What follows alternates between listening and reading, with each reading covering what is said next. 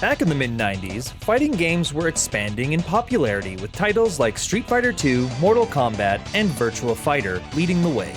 At the same time, there was a hot new television franchise heading into its third season and a theatrical movie. So, the marketing heads at Saban Entertainment and Bandai Entertainment decided it was a perfect time to combine the two growing trends.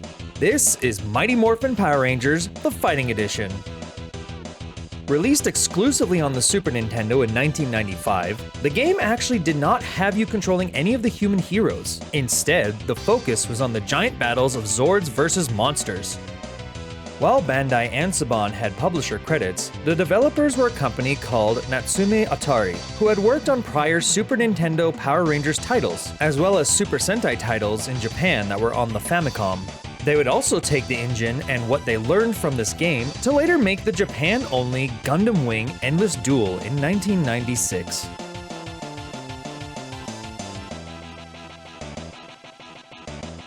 After a lightning-quick title intro, you can start a game or head into the options. Selecting options will let you adjust 3 difficulty levels, a few gameplay settings, add a music player, and you could also configure the controller button layout. Once starting a game, there were 3 modes available. The story mode, where you could only play as the Season 2 megazords, took one player through a series of fights, ending with final boss Ivan Ooze from the movie. Fighting mode was a basic single fight that you could play against another player or a computer-controlled opponent using any fighter. And trial mode was a bit of a combination of both prior modes, where you could select any fighter to get as long of a winning streak as possible until you're finally defeated. Power Rangers Fighting Edition features 8 fighters plus 1 secret character. The Thunder Megazord served as the all-round fighter with balanced stats throughout. The Mega Tiger Zord had slightly stronger moves but slightly reduced speeds, plus its special attacks seemed to all take extra time to launch. The Ninja Megazord was quick, but had to keep to melee attacks only. Meanwhile, the Shogun Megazord is one of the slowest characters but with high reach and beefy power and defense. On the villain side of things, there was Monster of the Week Lip Syncer from Season 2, who operated fast and had some long-range attacks, but her power did not hit hard. Also from Season 2 was Silverhorns, that had outstanding reach and higher than average raw power, but slow as molasses. The constant thorn in the Ranger's side, Goldar, comes packing good power, okay defense and speed, and took control of the air, being one of the only fighters that could sustain flight. And of course, there's the big boss man himself, Lord Zed, who had all stats above average, but his special moves were really hard to control and execute. And finally, there was the secret character Ivan Ooze, unlockable by using a code given to the player upon completing hard-level story mode. He was nearly maxed in every stat, except for defense, where he was easily the most susceptible fighter to taking major damage. Keeping the roster numbers low helped to balance the fighter stats in a game that most characters basically use the same inputs for their special attacks. It's not a deep fighting game, nor is it meant to be. But as a fan of the show, I thought it was a lost opportunity to also include the Season 1 Megazords and a few more monsters. An interesting wrinkle to the fighting formula was the power bar that would fluctuate below the health meters. These bars would fill, flash, then reset to 0 in the span of 3 seconds. And the higher the bar when you launch a special move, the stronger the damage. The sub-goal of this bar is to launch special attacks when the bar flashes at maximum strength. This will cause a permanent boost in the strength of your attacks and specials, and you can do this up to 3 levels of power. Upon having the 3rd level, you had access to super special attacks that could reduce your opponent to mush if you managed to catch them undefended. Not once did I feel like my inputs were eaten, so that's a good endorsement on the controls. Now, that doesn't mean that I was breezing through this game though, as I would constantly have trouble getting the proper directional inputs to register. But I'm gonna say that that's a me problem, as my fighting game prowess just isn't what it used to be. One thing that did feel a bit on the bad side though, was even the fastest fighter felt a little bit clunky at times, and this was a bit of a challenge that the game had to put up with when facing scrutiny. That said, I feel like any faster controls may have reduced the feeling of weight that giant monsters and mech fights should be portraying. Playing as the monsters was good, especially being able to see Lord Zed in real menacing action. But the highlight for me really was being able to control the Zords in a way that mirrored the show, but obviously shed the whole actors in bulky suits movement. The gameplay gets an 8 out of 10.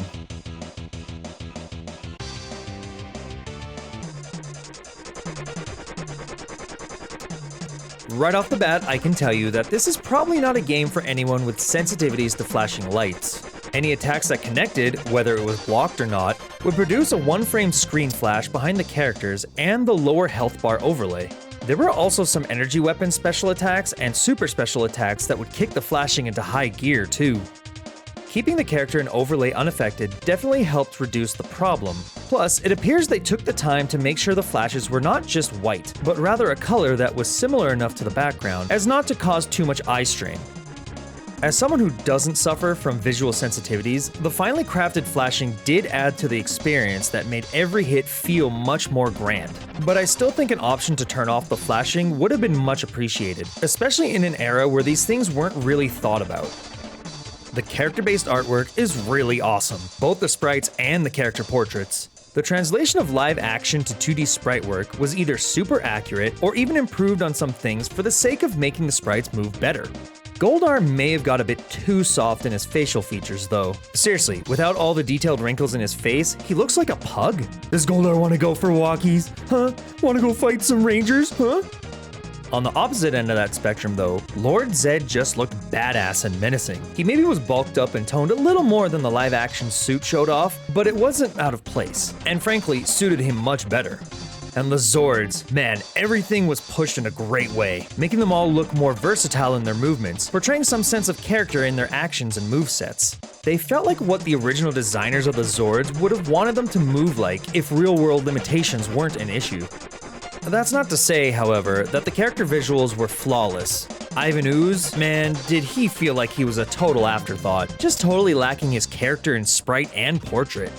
But back to the good stuff, the way the game opens, introduces the fighters in the versus screen, and blasts into the fighting screen, all have a fun and quirky way to them that screams Power Rangers. And the backgrounds are excellent. Many fighting games are afforded the benefit of having to produce a lot less backgrounds than a lot of other games out there, so they can really focus on making them shine. While I won't say that they're breathtaking in this game, they are full of great little details and make good use of simple parallax to give a sense of depth. All the monsters had their own stages, but the 4 Megazords all shared the Morphin Grid stage, which, as a fan of the show, was really awesome. Watching the show, we really only ever saw the main viewing globe room of the command center, so seeing somewhere else that likely existed in the Rangers' base of operations was almost like expanding the lore a bit. Yes, I am fanboying out here. The graphics get a 9 out of 10.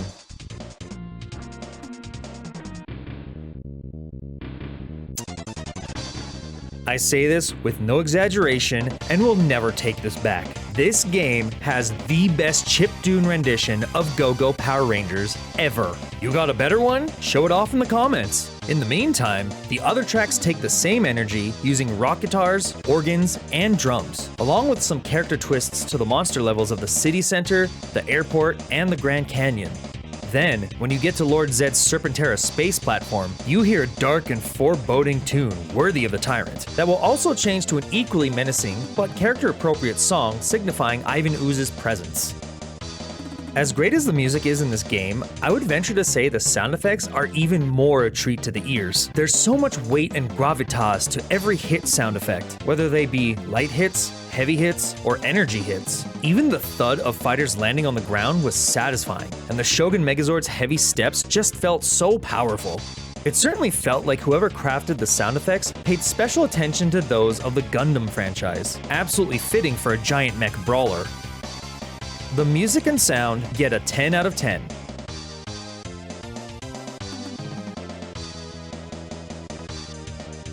I've said it ad nauseum, and I'll say it again. I was a big fan of Power Rangers when it was in one of its strongest eras. The movie just came out, the next season was on the horizon, and the new toys were being hinted at.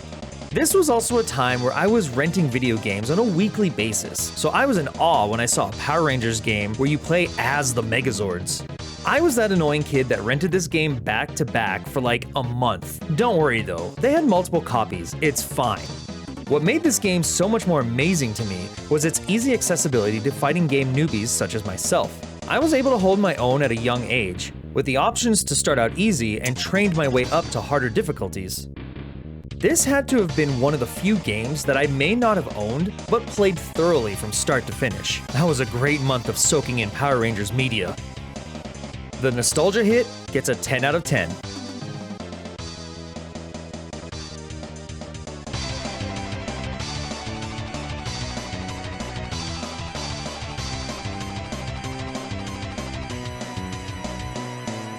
Power Rangers Mania was churning out all kinds of media, video games included.